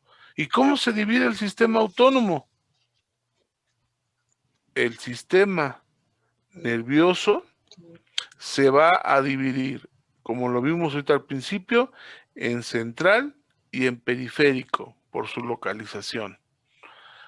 Por su función. ¿Cómo lo dividimos? Lo vamos a dividir por esa función que tiene en voluntario y Involuntario. involuntario. voluntario. También conocido como autónomo, Autónomo. como nuestra bendita universidad, ¿verdad? O vegetativo. Ah, y entonces funcionalmente también tiene visión, sí. Y lo voluntario, ¿por qué es? Porque yo lo puedo hacer como quiera. O sea, yo mando sobre mi cerebro. Yo le digo a mi cerebro, vamos a echarnos una vuelta, ¿no? Vamos a echarnos una vuelta. No vengo solo, vengo con mi cerebro, gracias a él estoy caminando. Oye, vamos a echarnos una platicada, ¿no? Y empiezas a hablar como loquito, pues porque tú lo puedes hacer. Tu sistema te lo permite porque tienes un sistema voluntario. Pero el involuntario, tú puedes activarlo, ¿no? Lo puedes desactivar. No, Él solito se rige como una estructura independiente dentro de tu cuerpo. ¿Y cómo se divide? Ah, también se divide, claro. Se divide en simpático Simpático, simpático y parasimpático. y parasimpático. Ahí está. Újole, aparte ya me la complicaste, pues ahora el sistema simpático y parasimpático, pues es que depende mucho la actividad que vayamos a tener, ¿no? Porque el simpático es catabólico. Es el que nos prepara para la huida, para la lucha, para la pelea, nos hace agresivos, nos hace ponernos buzos, caperuzos, a ver qué está pasando, se oyen ruidos extraños, ya me dio miedo, tengo que salir corriendo, ¿no? O sea, y no me da hambre, no me da sed, porque estoy ahí nada más a la expectativa de está qué va a temblando. pasar. Ah, exactamente. Y aparte, el otro, ¿no? El parasimpático, pues este es anabólico. No. ¿Por qué es anabólico? Pues es el de la chorcha. Periodo vacacional, dicen los alumnos, ¿no? Maestro, ¿por qué cuando me duermo mucho me despierto y sigo teniendo más sueño? Pues porque estás activando tu parasimpático. ¿Por qué el periodo vacacional me da hambre como 3, 4 o 5 veces al día? Porque estás en parasimpático. Maestro, ¿por qué durante el periodo vacacional me dan mucho más ganas de estar con mi novia? Pues porque estás en parasimpático, estás en un periodo de invernación, ¿no? Estás comiendo, estás creciendo y tienes que copular. Pues sí, porque esa es la actividad del parasimpático. Oiga, maestro, ¿y por qué cuando regreso a la escuela hasta bajo de peso y no me da hambre, no me da sed y hasta me siento así todo sin sueño y todo estresado y tengo que entregar tantos proyectos? Porque estás en simpático, mi chavo. ¿No? Y hasta dicen las niñas, ay, es que en ese periodo de la escuela hasta tengo retraso de la regla. y no ha tenido sexo? Ah, pues porque estás en simpático. ¿Sí me explico? Ujú. Y entonces, cuando hablamos de estos dos sistemas que son involuntarios y vemos a los nervios craneales, dice el sistema simpático se localiza a nivel de los segmentos de la médula espinal, torácicos y lumbares, es toracolumbar. ¿Sí? Ah, entonces está a nivel de médula espinal, sí, es toracolumbar. Oye, ¿y el parasimpático? El parasimpático es cráneo sacro. ¿Por qué es cráneo sacro? Porque hay nervios craneales que tienen un núcleo parasimpático y ellos llevan fibras o información de tipo parasimpática. Ah, ¿y cuáles son esos nervios craneales? Son el 3, el 7, el 9 y el 10. Órale, entonces el 3, 7, 9 y 10, dentro de sus núcleos o de su origen, tiene un núcleo que tiene solamente actividad parasimpática. Ah, y el sacro solamente tiene a nivel del segmento S2, S3 y S4. Son los únicos segmentos de la médula espinal que van a tener neuronas parasimpáticas y los demás están en los nervios craneales. ¿Cuáles? Tercero, séptimo, ¿sí? Noveno y décimo. Ah, vamos a regresar a nuestros nervios craneales. Volvemos acá. Entonces, el olfatorio. Si ustedes me lo permiten, voy a borrar este para que lo pongamos más chiquito y nos alcance. El olfatorio dijimos que es sensitivo especial. El óptico, sensitivo especial. El oculomotor es motor. ¿Y qué más? Autónomo. ¿Qué actividad autónoma lleva? Y parasimpático. Muy bien, muy bien. Luego, el cuarto.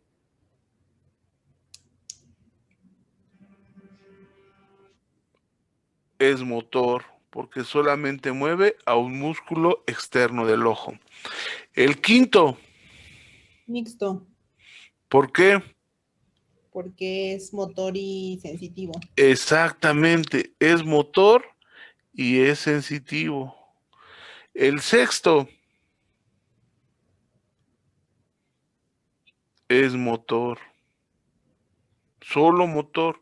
El séptimo Mixto, es mixto, porque es motor, y sensitivo.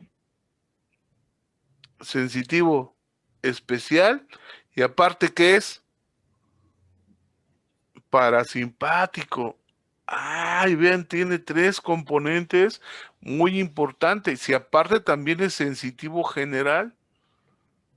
O sea, también tiene sensibilidad general, ¿no? Entonces vean, sensibilidad general. Tiene 4 componentes el facial. Por eso luego no es tan simple poderlos estudiar, porque hay que identificar todas estas funciones. Y por eso es el coco de los chicos, los nervios craneales. Pero si les enseñamos desde la prepa esto, imagínense, ya poco a poquito llegarán bien truchas a estudiar la carrera, ya sea de biología, veterinaria, odontología, que en odonto es el trigémino, ¿no? Y entonces imagínense si de esto ellos lo vieran así como algo divertido en lugar de algo tedioso, les ayudaríamos horrores porque pasarían con 10 sus exámenes. Y pasar con 10 un examen de neuro les elevaría el ego hasta arriba y seguirían echándoles ganas, ¿no? Pero hay que Hay que ver cómo lo podemos hacer después. El octavo, ¿qué función tiene? Sensitiva especial. Sensitivo especial. El noveno, motor. ¿Qué más? Sensitivo especial. Sensitivo general. ¿Qué más? Parasimpático. ¿Cuáles son los nervios craneales con actividad parasimpática? 3, 9, 10, 7, 9 y 10, ¿no? Ya estamos con el 9. El 10, ¿qué es?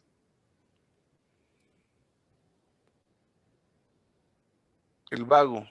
Mixto. Es motor, exacto, sensitivo especial, sensitivo general y parasimpático. El 11, o el 11º, ¿qué es? Motor. Motor. El 12, También. motor. ¿Ven? Los más complicados son los que tienen actividad parasimpática. A excepción del 3, ¿no? Que es el más sencillito. Pero de ahí en fuera, el 7, el 9 y el 10 tienen 4 orígenes. Tienen componente general, tienen componente especial, tienen componente motor y tienen componente parasimpático. ¿Sí está claro?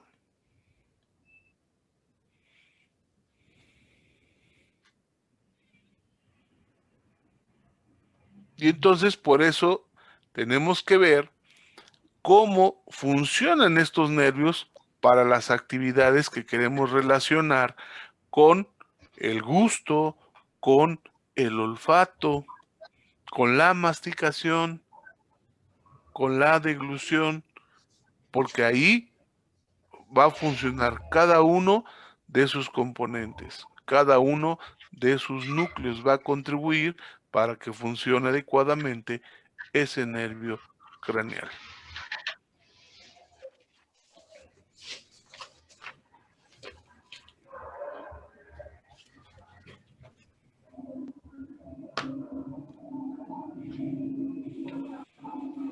¿Dudas? ¿Preguntas?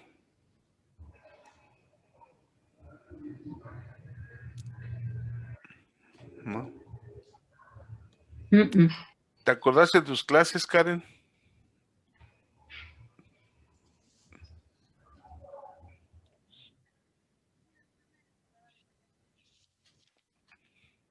Sí, hay que repasarlas siempre.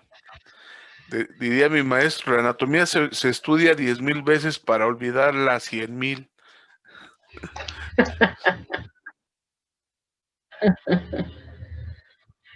Las vías son complicadas, pero ya cuando uno las revisa son fáciles y bonitas.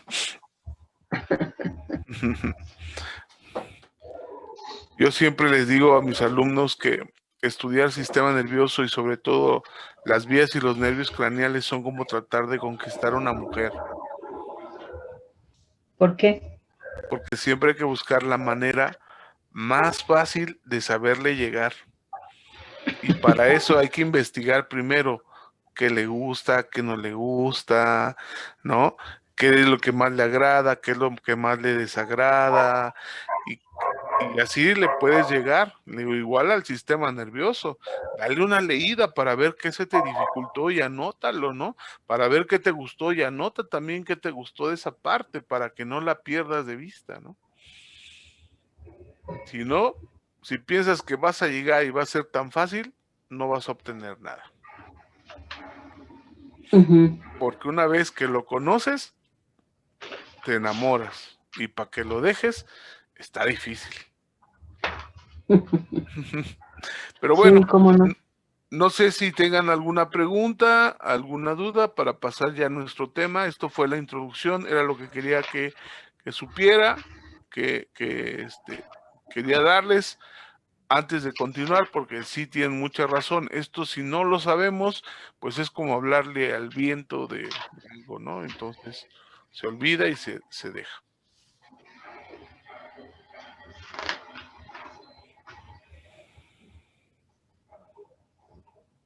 Ujú. Rosy, ¿alguna pregunta? No, doctor, pues mire, solamente es una invitación a seguir leyendo y seguirse preparando porque definitivamente el tema es muy especializado, pero me dio muy buenas ideas de cómo no solamente hacer una lista de los nervios craneales, ¿no? Sino de ver, como decía usted, su origen, el análisis del origen y su emergencia, ¿no? Y por lo menos que los chicos se vayan con más. Y en algún momento, si vemos sistema nervioso, aunque eso lo vemos en biología 2, también incluiría esto de cómo se va el mensaje, ¿no? Del interior al exterior, del exterior al interior, y vincularlo justamente con los nervios craneales. Así es.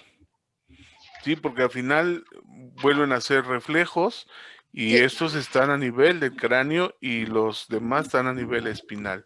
Y entonces cuando uno le dice a los chicos, ¿han visto esa serie del Chavo, ¿no? Donde le pegan a uno de los loquitos, ¿no? Le pegan y mueve el otro, ¿no? Y luego le hacen un reflejo aquí y avienta el trompón del otro lado y parece chusco, pero pueden explicar de ahí qué es un reflejo, cómo se integra y cuándo es un reflejo flexor, cuándo es un reflejo extensor, cuándo es un reflejo monosináptico o multisináptico. Es complicado, pero es muy padre porque ya el alumno entiende por qué el médico trae un martillo de exploración neurológica y por qué está buscando el reflejo, ¿no? Oye, tiene un problema cerebral. Sí, tiene problema cerebral tu paciente. ¿Tiene o no tiene reflejos? La pregunta se las hago a ustedes también. ¿Tiene o no tiene reflejos su paciente?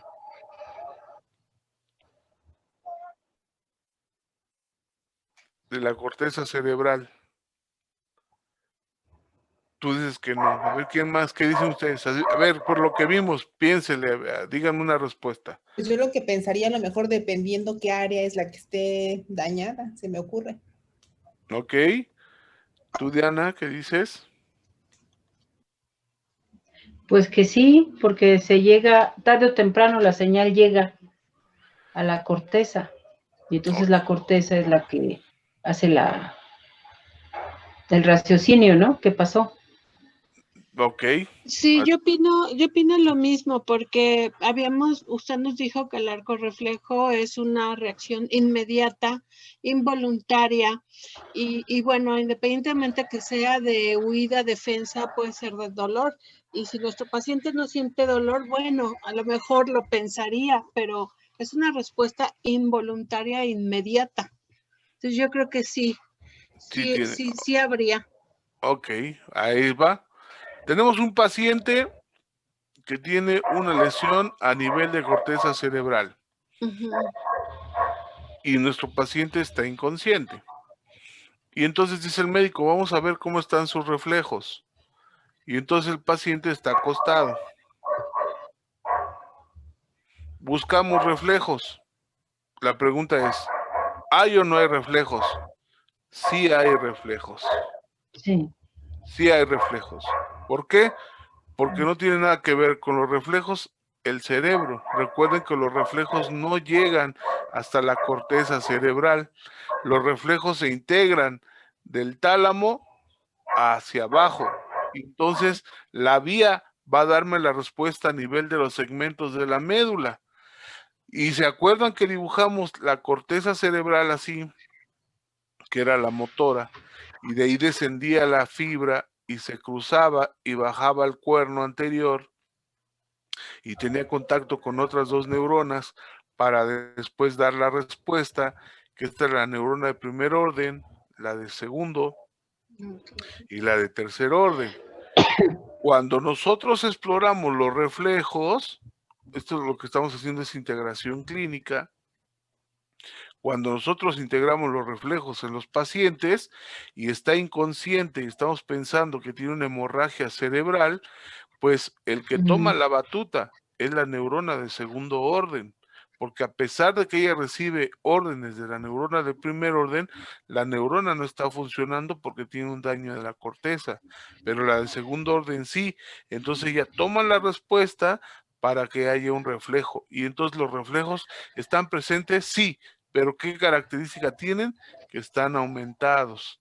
A eso se llama hiperreflexia. Y entonces quiere decir que un paciente que tiene un daño cerebral, su reflejo está aumentado. Sí, por eso cuando le hacen el signo de Babinski, que es cuando le estimulamos su planta del pie, lo que generalmente hacemos nosotros es flexionar nuestros deditos y nos da cosquillas. En el paciente, cuando hacemos el reflejo de Babinski, lo que hace es extender el dedo gordo porque la respuesta está aumentada. No hace la flexión, hace una extensión, y por eso el signo de Babinski se considera positivo, porque hace una extensión del dedo. Y entonces ahí tenemos una hiperreflexia. Hiperreflejo. Hiperreflexia, así es. Ahora, les cambio la pregunta. ¿Qué pasaría si tengo una lesión a nivel de médula espinal y ya no tengo la lesión o no tengo la lesión en corteza cerebral? El reflejo. ¿Por qué?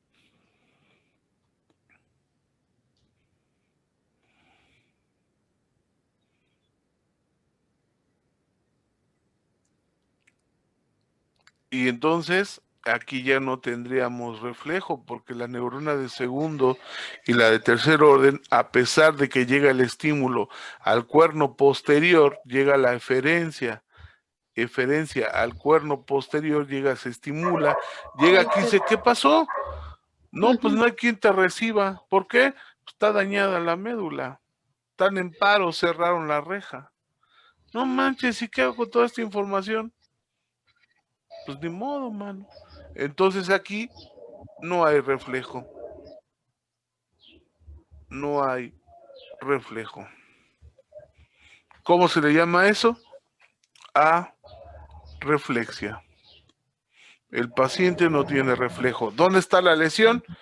En médula espinal, porque no hay respuesta, no hay respuesta de la médula espinal, que es donde se estaba integrando el reflejo. Oye, pero si está bien la médula espinal, ¿por qué tampoco no podría haber reflejo? Puede estar lesionada la raíz posterior. Y entonces no pasa el estímulo. También, ¿dónde más puede estar la lesión? Pues puede estar en la raíz anterior, porque aunque hay estímulo, llega, se integra un médula espinal, pero no hay quien mande la respuesta porque no sirve el cuerno anterior o porque no sirve la raíz anterior del nervio espinal. Híjole, entonces ¿no va a haber una respuesta? No. Y es la forma que tenemos que enseñarle a los chicos cómo integrar las probables patologías. Ya te enseñé cuál fue lo normal, cuál fue lo bonito, cómo llegó, cómo se integró, cómo se comunicó. Ahora, ¿qué pasaría si se daña aquí? ¿Qué pasaría si se daña acá? ¿No? ¿Cómo se llama este daño? ¿Cómo se llama esta enfermedad? ¿Cómo se llama este síndrome? Y vamos poco a poco integrándoles la información.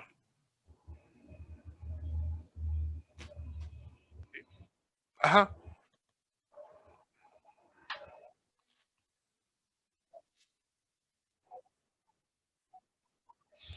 Exacto, pero ahí tendremos que ver si no está el daño a nivel de mesencéfalo, ¿no? En el caso de la miosis y en el caso de la midriasis, ver la integración del simpático y del parasimpático, ¿no?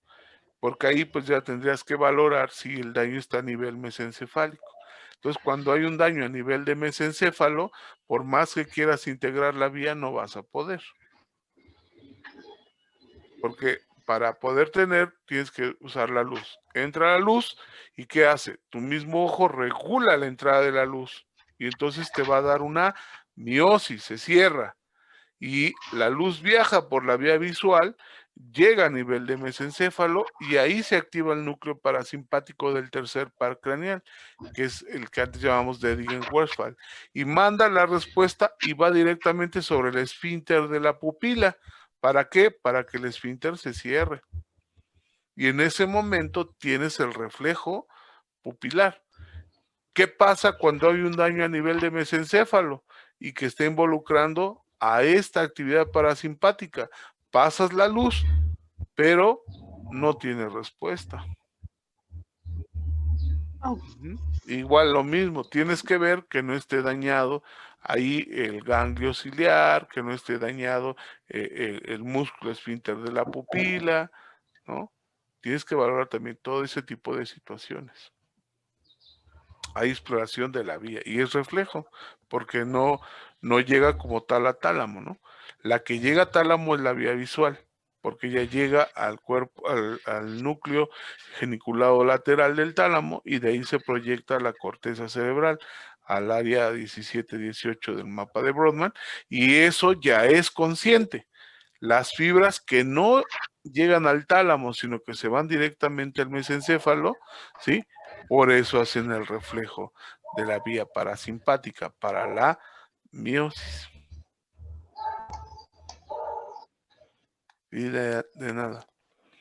¿Alguna otra pregunta, alguna observación, algo que quisieran compartir? ¿Nada? Bueno, entonces, sí.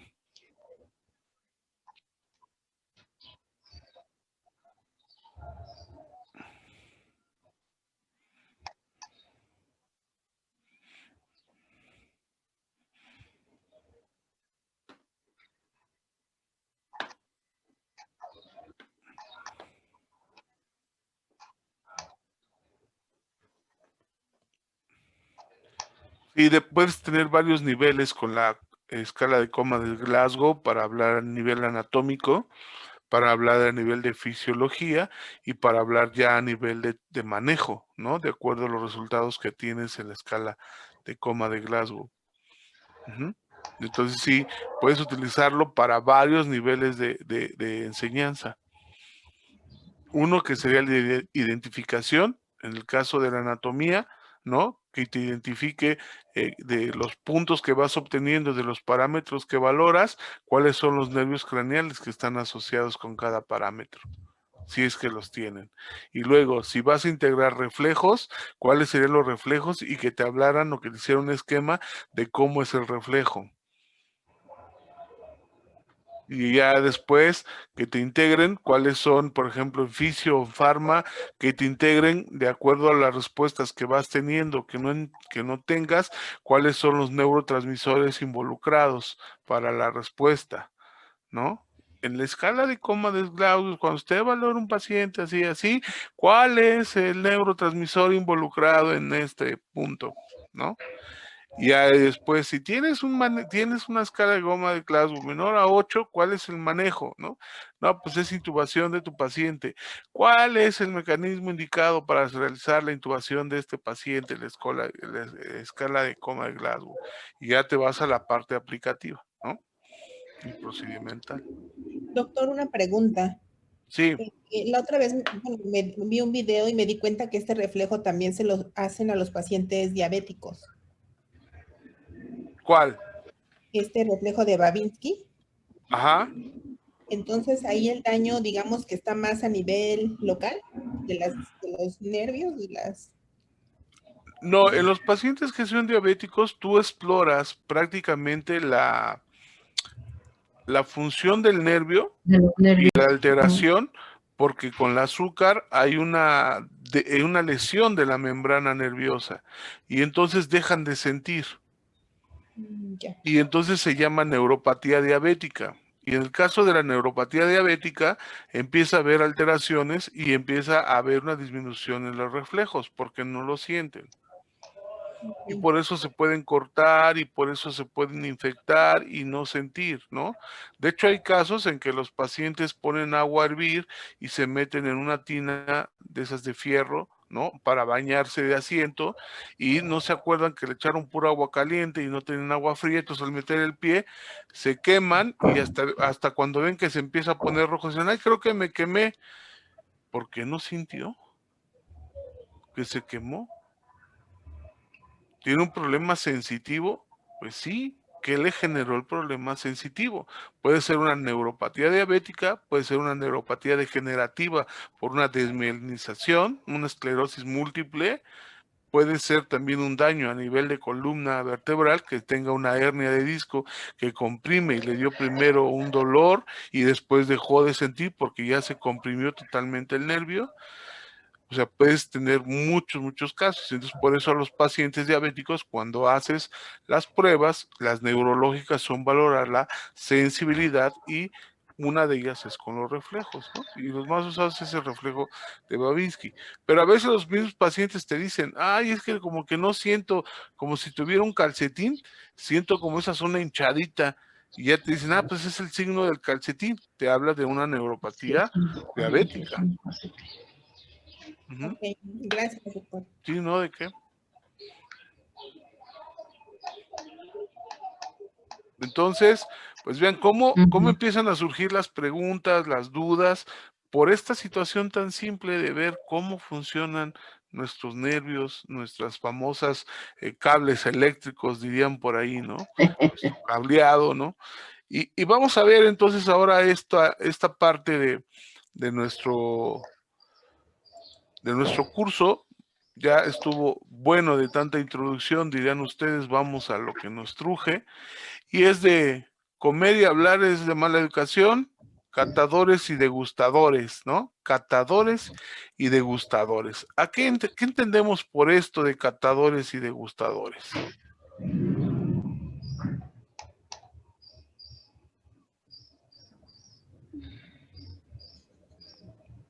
Platíquenme. La palabra catadores yo nunca la había escuchado. Sí, perdón.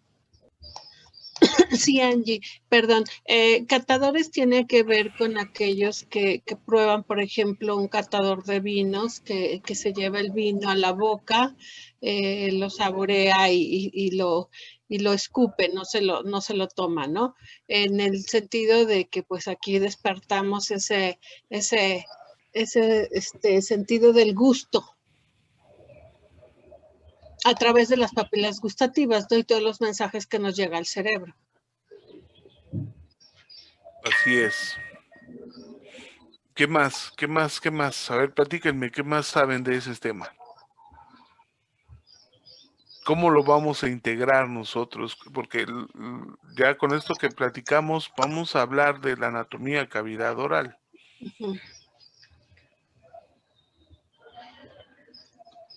Pero, ¿cómo vamos a integrar esto de catador y degustador? ¿Por qué nos da hambre? ¿Por qué nos da sed? ¿Por qué cuando vemos la comida, que es el primer estímulo, creo que lo platicábamos la vez pasada, ¿no? Así tenemos nuestro ojito. Y luego nuestro ojo lo primero que hace es ver a la comida. Y cuando ve a la comida, dice, wow, se ve buenísima esa hamburguesa porque tiene doble carne. Y aparte de tener doble carne, pues ahí como que tiene lechuguita, ¿no? Y como que tiene cebolla y tiene jitomatito y aparte se ve que tiene cápsula y chilitos verdes y está calientita porque hasta le está saliendo el humo. ¿Qué pasó con la vista? Ajá. Bueno, la vista es uno de los receptores de los estímulos externos, igual que todos los sentidos de los sentidos, los 5 sentidos, vaya, y entonces pues por ahí llega el mensaje, ¿no? Ese mensaje que, como decía, va a llegar al cerebro. En este ejemplo que nos pone usted, pues bueno, está describiendo visualmente todo lo que recibimos, pero la otra sería, y cuando olemos esa rica hamburguesa, o cuando nuestra mamá nos dice que hizo de comer una rica hamburguesa, que hoy vamos a comer hamburguesas, o cuando yo me la llevo a las manos y de ahí a la boca. Entonces es ahí donde los sentidos participan y inicia todo este mensaje, ¿no? Entonces, dependiendo de los sentidos, yo supongo que vamos a trabajar cada uno de ellos, ¿no? Primero, ¿qué te dice la vista?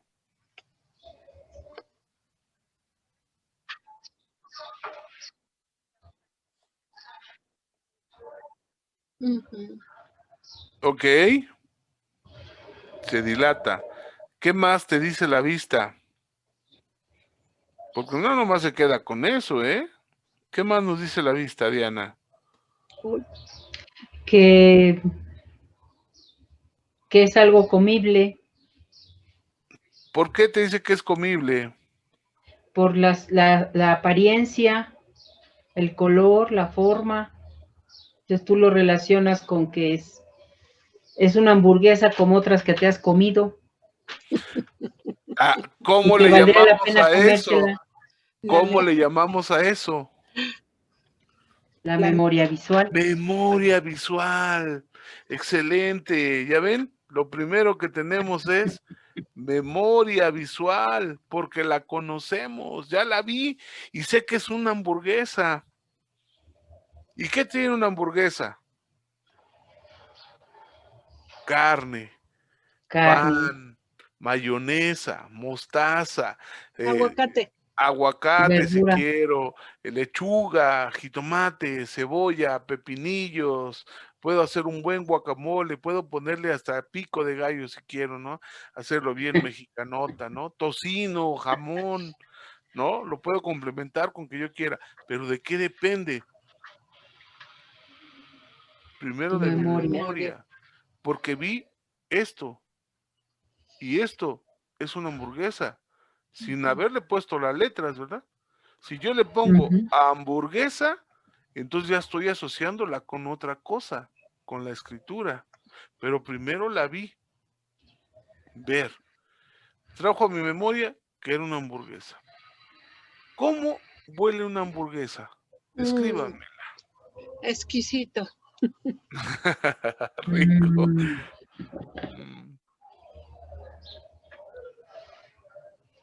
Pues O sea, huele a cadáver frito. A cadáver frito. A grasa. A grasa. No. Pues los bisteces son cadáver, ¿no? Sí, pero no huelen ya fritos. Que huele muy rico. Entonces, el siguiente paso es el olfato. El olfato. Ah, ya la vi. Me llamó la atención, ¿no? Y luego, pues huele bien, huele rico. ¿A qué me refiero con esto? Que primero vamos a despertar nuestra memoria visual, porque lo vimos y sabemos qué es. Podemos reconocerlo. Ajá. Simplemente o leerlo, que dice tacos.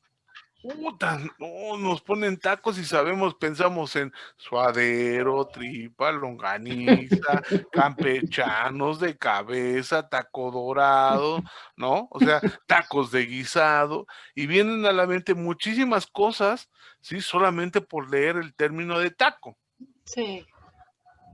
Y entonces cuando entramos a Taco Bell nos dan una tortilla dorada y dices, esto es una quesadilla, esto no es un taco.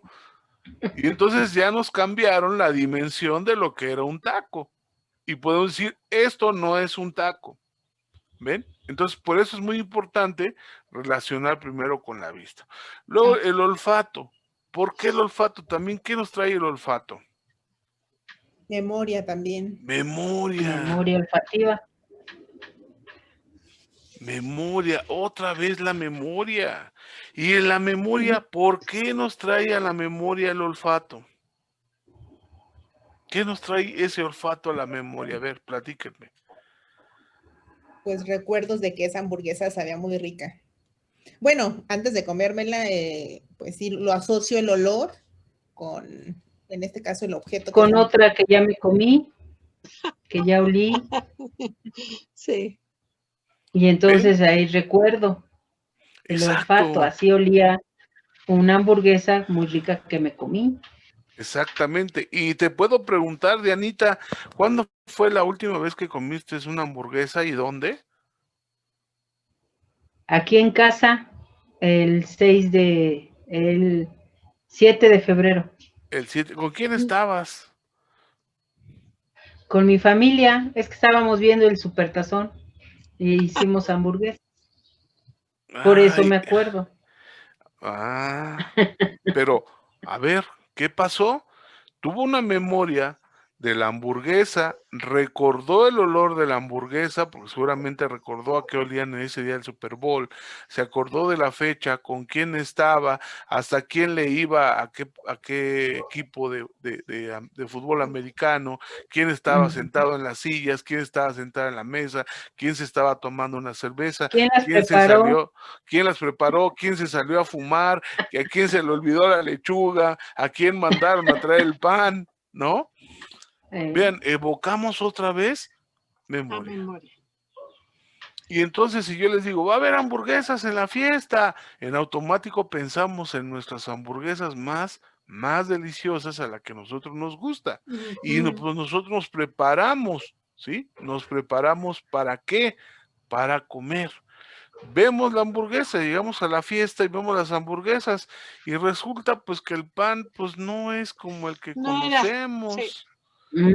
Oye, este pan que, pues es que es artesanal, así me lo vendieron, pero no es pan para hamburguesa, parece bolillo chiquito y redondo, pero es artesanal.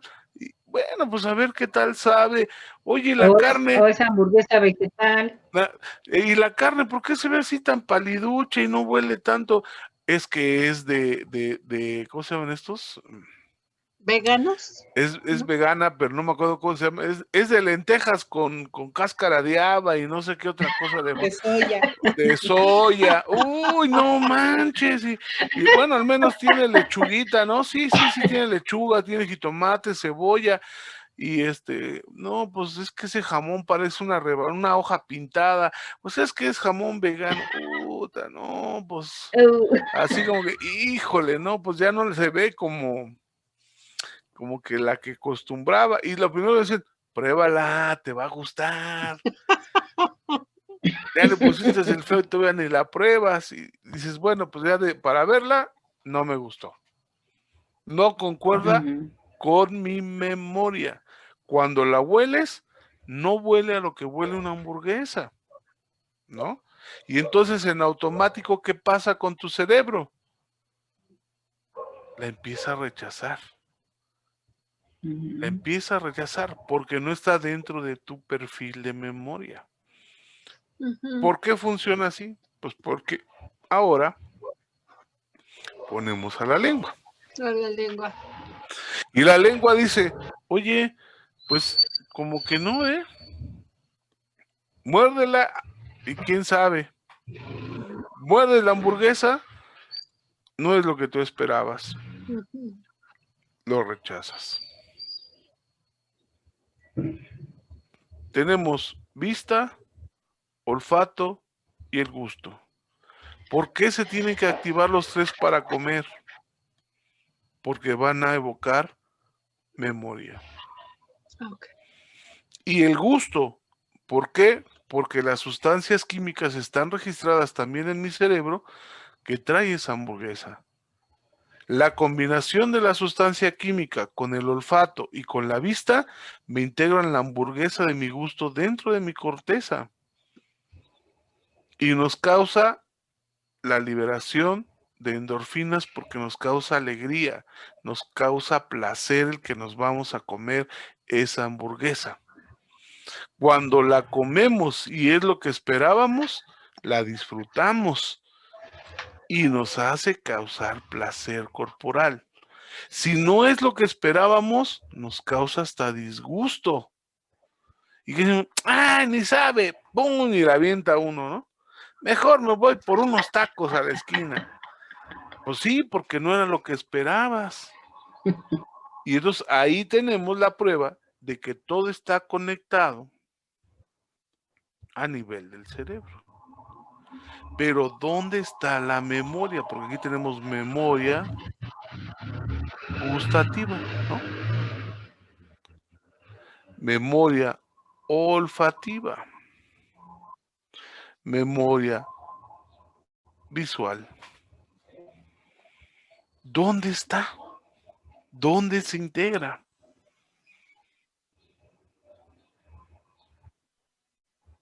¿No era?